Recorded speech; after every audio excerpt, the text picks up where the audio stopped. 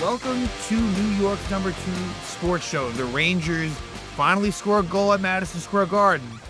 However, that was it, and they lose to the Minnesota Wild. Final score 3-1. Rangers are now 0-4 at home. And the Rangers did not play well in this game.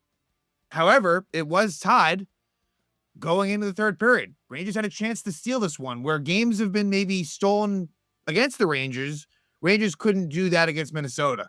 And the Rangers scored 57 seconds in. So the Pittsburgh Pirates record for longest drought of no goals at home to start a season still remains with them. If the Rangers hadn't scored for another 6 or 7 minutes, the Rangers would have had the all-time record, but they avoided that with the early goal, but then didn't score again. So they couldn't even, use the goal as momentum. Didn't happen. First period was an absolute horrific display of hockey from the New York Rangers. And then they were all right, second and third period. Not great, not terrible, but they didn't deserve to win this game. Minnesota was the better team. Minnesota was the hungrier team. And they were coming in not playing great. And I talk about that a lot. That's important. Whereas Montreal's coming on a winning streak, Minnesota was not. And that plays a role. And this isn't excuse making at all. This is just the reality of it. The Rangers needed to match, Minnesota's urgency and didn't do it. And if they're not going to do it, they're going to have a hard time winning games. Whereas maybe teams and the Ranger teams in the past could have gotten away with, maybe not playing with the hunger needed. This Ranger team, like I've said, it doesn't have the talent to afford for that. And Igor Shesterkin's playing really, really well. Like, to the point where it's unfortunate that the Rangers record is now 3-4-1 with Igor playing the way he is. But yeah, this, whereas the Rangers were playing really well for the most part, this you could put in the category more of like the home opener against Pittsburgh. Just really not a whole lot of great opportunities. And yeah, but it's still the same old song where the Rangers are losing low scoring close games where there's empty net goals involved. I mean, essentially they're losing. You take away the empty net goals, Rangers are losing a lot of 1-goal games. Now, of course, they did win a 1-goal game against Montreal. I get that, but this is how it's been. And, when the Rangers don't score goals, that is going to sound obvious, but it's not that obvious when you consider the fact that the Rangers, they haven't allowed goals and have lost. So you can win low-scoring games. The Rangers have not done so. As far as the lineup goes, Carson Soucy back in the lineup, didn't play much, but as suspected, Urho Vakanainen was a healthy scratch. And Matthew Robertson has really just put himself in a position where he's a lock in that lineup right now. I mean, he really is. He stays with Will Borgen on the second pair. And Soucy had been with Borgen before the injury. Soucy played with Schneider. And again, Carson Soucy did not play much. And unfortunately, the former Minnesota Wild, he does kind of factor in a little bit to the winning Minnesota goal, which we'll talk about. Not terribly so, but for someone who didn't play much, he only played 10 minutes and 20 seconds. Not ideal. And it's interesting from like the Vakanainen front. Like, I wonder if there's a world. I mean, it's somewhat unlikely at this point, but if Vakanainen comes back in the lineup, could it be for Soucy and not for Matthew Robertson? Again, just a thought. I don't think it's the craziest thought, but I do think that for now, barring injury, Vakanainen's going to be sitting because Matthew Robertson has just been playing a really steady overall game. I guess we can talk a little bit on the individual level. I mean, the forward, like, same lines as it's been. It's a combination of you're not really getting enough from top end players. I mean, you did in Montreal, and Panarin does score here. Don't get me wrong. Like, your best chances do come from Panarin and Zibanejad, even though Zibanejad, has, been a bit snake bitten with a combination of, you need to bury a few more pucks. And, one of the best chances that they had was in the third period where Philip Gustafsson made a good save on Zibanejad. But it's just, I don't know. I like what Mike Sullivan has done. I'm giving him credit. And this is coming from someone that, like, I thought that the hire for Sullivan was a fine one, but I didn't. And I've also, I mean, to contradict what I'm about to say, I know that the Rangers in year one have bought in. It's year 2 that's the problem. That all said, I give Sullivan credit because I feel like the Rangers have played a much better overall defensive game. And for the most part, in these first 8 games, I'd say about 5 or 6 of them, they played pretty well, despite not winning a lot of them. Um, but I guess let's just go through the game. I think we'll be able to kind of talk about certain players through some of the things that happened in this game. Um, and again, great start where you get that early goal, less than a minute in. They, break the drought, finally get the home goal, and it's Panarin, second of the season from Zibanejad and Borgen. So Panarin, really continuing what he did in Montreal. Will Borgen puts it on net, goes behind the net, and Mika Zibanejad finds the puck, makes a nice pass to Panarin in front. So good connection from Mika to Panarin. And he buries it to give the Rangers 1-0 lead. But really, after that, it was all Minnesota. This was a terrible period for the Rangers. Really, like it could have been worse than it ends up being. Um, and at 5:10, off of a face-off won by Minnesota, they score. And actually, both non-empty net goals by Minnesota were off of face-off wins in the Rangers zone.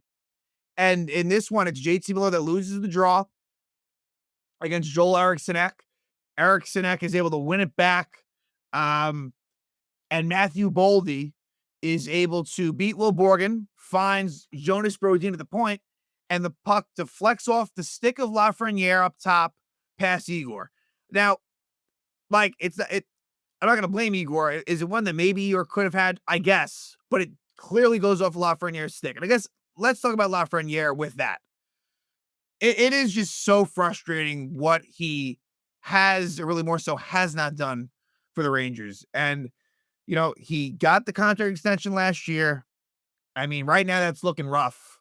When at the time it looked like, wow, with where he was at that exact time, coming off of what he did at the end of the 24 season and the start of last season, it's like, okay, like this could actually end up being, and look, I said it, like it could end up actually being a really good deal for the Rangers. And boy, has it not been.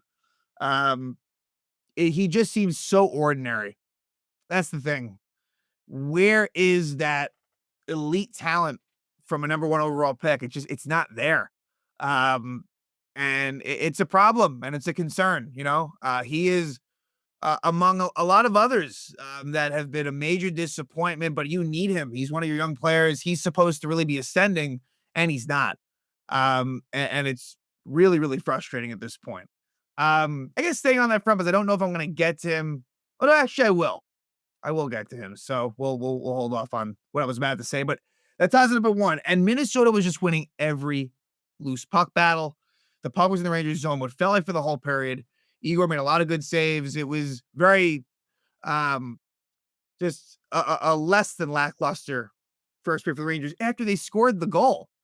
It's almost as if, okay, like they got the goal. Like that was the thing that they really, the monkeys kind of off the back. I figured, okay, now you play a little looser, maybe some offensive creativity. Just, it wasn't there at all. Just wasn't. So it's 1-1. And then Will Borgen, within all of the pressure in the Rangers zone, Will Borgen is forced to take a delay game penalty, which was not good. At 15-11, Borgen sits for 2 minutes. The Rangers do kill it off. Keeps it at 1-1. And the Rangers, the game in the second period, the Rangers played a little bit better. I wouldn't say that they controlled play, but there were some chances. They were more in it, more of an even sort of style game from here on. But I still thought Minnesota was the better team, like in the second and third period. Not as much as the first period, but still. Second period at 5:08, you get a penalty on Alexis Lafreniere for hooking Matt Boldy. So, again, I'd already talked about Lafreniere, and I'll talk about him again later on, but just not getting the job done. Rangers do kill it off, though. Again, give the penalty kill some credit here, as they kept the score tied. And then at 16:37, actually, I'll go back. Noah Laba takes a puck to the face, I believe, during the actually would have been towards the end of the Lafreniere penalty, if memory serves me correct. And he ends up getting like a face shield when he comes back. But, these guys are tough, shows the courage, tough for Laba, who looked like that line hasn't done a whole lot. And it's somewhat by design. Look, like, with Radish and with Parson, you don't expect it to do a whole lot. It's kind of unfortunate. And something is going to have to be done about that at some point. Like you can live with it for now, but it's not a line that you feel great. It's not a terrible line, but it's really not one that you're going to be too excited about. And then the Carrick line, as much as I like it, as a third line, it's not really what you're looking for. It's a great fourth line, really is. But as a third line, like you just don't have the offensive punch you need on that. And then it puts the pressure on top six, which that's been my biggest issue. So, therein lies the problem. But at 16:37, Will Cooley is called for roughing Vlad Tarasenko. Now, to be fair to Cooley, like based on the replay they showed, I'm not sure why he got the two and I'm surprised it wasn't even up. All that said, Will Cooley has not been great. And I like Will Cooley. I think he's someone that will be a good player for the Rangers. He was last year, but like, in what is now um his third full season, starting his third full season with the Rangers, like, look, he has it's early and he hasn't been like totally horrendous. He's had opportunities, but Will Cooley has not been great. So because I feel like I spent a lot of time, talking about the Panarins, the JT Millers, the Zibanejad, not enough. Maybe on Will Cooley, who hasn't really been great, but he takes a penalty there. Rangers do kill it off. And then we go to the third period.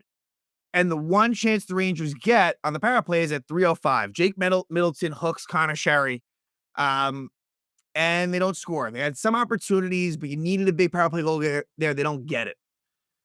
And then the sequence of events is what follows. The Rangers had what appeared to be maybe a 3-on-2 opportunity. It was the Carrick line that was on. It was I believe Borgen. I'm trying to think who the defenseman was there. I thought it might have been Borgen. Not a huge deal who it was, but it was sort of a play near the boards, near the Rangers bench from the blue line where Borgen shoots it down or sort of tries to get in the direction of maybe Rempe. And it was ruled that it went off of the Rangers bench, which was actually correctly called. Sullivan was red hot after Minnesota scores the goal to put him up 2-1, but it goes off a Rangers stick upon further review. So now the puck is in the Rangers zone.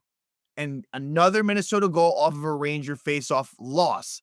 Sam Carrick loses this one. Marcus Johansson is able to kind of get around Matt Rempe, go behind the net, throws it towards the net, and then it's kind of chaotic, where Braden Schneider's in front near Igor, and on the other side is Carson Soucy. And, Igor is kind of sprawled down, and you're hoping that it's just under Igor and cover, but it's not.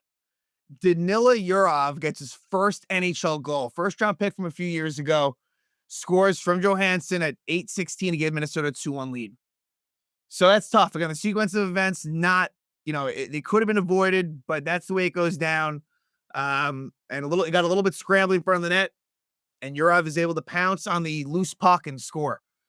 And again, tough on Soucy's end. The fact that he didn't play much and he was on there isn't great. So 2-1 Minnesota. And, again, like the Ranger, Mika had a good chance about midway through the third, but not a whole lot else. That's been disappointing in the Rangers' third period. As good as some of the games have been, this one wasn't one of them. I feel like consistently, I have not loved the Ranger third periods when trailing. Some were better than others where there were chances, but I feel like the Rangers' second periods to me have been their most throughout the season, have maybe been their best period, I think. Which, if there's one period to do well, I would choose it. I would hope for it to be the third. And I feel like it's been a little bit lacking as far as now that all said, I know Montreal game, they had the 3 quick goals in the third, right? And what did it do? It led to a win. I guess I'm more thinking about the home games where they have had trouble scoring, as we've seen. You have 1 goal through 4 games at home, but in the third, when you're trailing, in all cases, you were. Now, in this one, it didn't. You weren't trailing until 12 minutes left in the third. I just wish that there was more opportunities. And then let's go to the empty net goal. My frustration here is that the goalie was pulled too soon. I understand there was only a minute and a half left. I get that, or a little more than that. I guess a minute and 45 or so when Shesterkin leaves the net. But you got to get clear possession in the offensive zone. I'm sorry, I'm not pulling my goal unless, look, if we're talking less than a minute, 30 seconds, that's one thing. but at least wait until it gets into the offensive zone. And the Rangers, I mean, look, I know it's a thing probably in the NHL, but it just seems the Rangers give up a lot of empty net goals very quickly. And part of that is honestly the ability to to hold the puck and have that tenacity to not lose it. And what happens here is Panarin finds Lafreniere. And what does Lafreniere do? He gets the puck just taken away from him by, I believe it was Ryan Hartman. Kaprizov, who's the last guy you want getting the puck in the situation, gets it from his own blue line and fires it in for his 5th goal of the season. Give Hartman the assist and score at 18-24. Now, maybe could Panarin have not gone to Lafreniere? Maybe. Maybe Panarin could have gone the route of, going past the red line and clearing it in and, getting it into the zone and going from there. But still, Lafreniere can't lose the puck that easily. And so I didn't like how that went down. That's been a thing too. And Minnesota takes a 3-1 lead and they win by that score. So Rangers 0-4 at home, finally score a goal at home, but it's only 1 in 4 games. And again, I think scoring is going to be a problem for this team. Really is. And now the Rangers next game against the San Jose Sharks. Now, the Sharks play the Islanders before they play the Sharks. And so with that, there is the chance that the Sharks could win. But as of now, the Sharks are the only team in the NHL that has not won a game. So it would be pure embarrassment for the Rangers to lose to a Sharks team that gives up a lot of goals. So the Rangers don't score a lot of goals in this game. Then we're talking about something a lot bigger. And the frustration is if they had beat Minnesota, you had a chance to maybe get in a little bit of a roll here. You play the Sharks, then you go to Calgary. Calgary is 1-6. So there was a chance to maybe gain some momentum that was lost. And now there's a chance for embarrassment if you do lose to San Jose. And it would be. There is no excuse for that. And, look, I'm hoping that the Sharks can meet the Islanders, so there isn't that possibility for pure embarrassment. Because, look, the Sharks, they're looking for that, or they're hungry for that first win.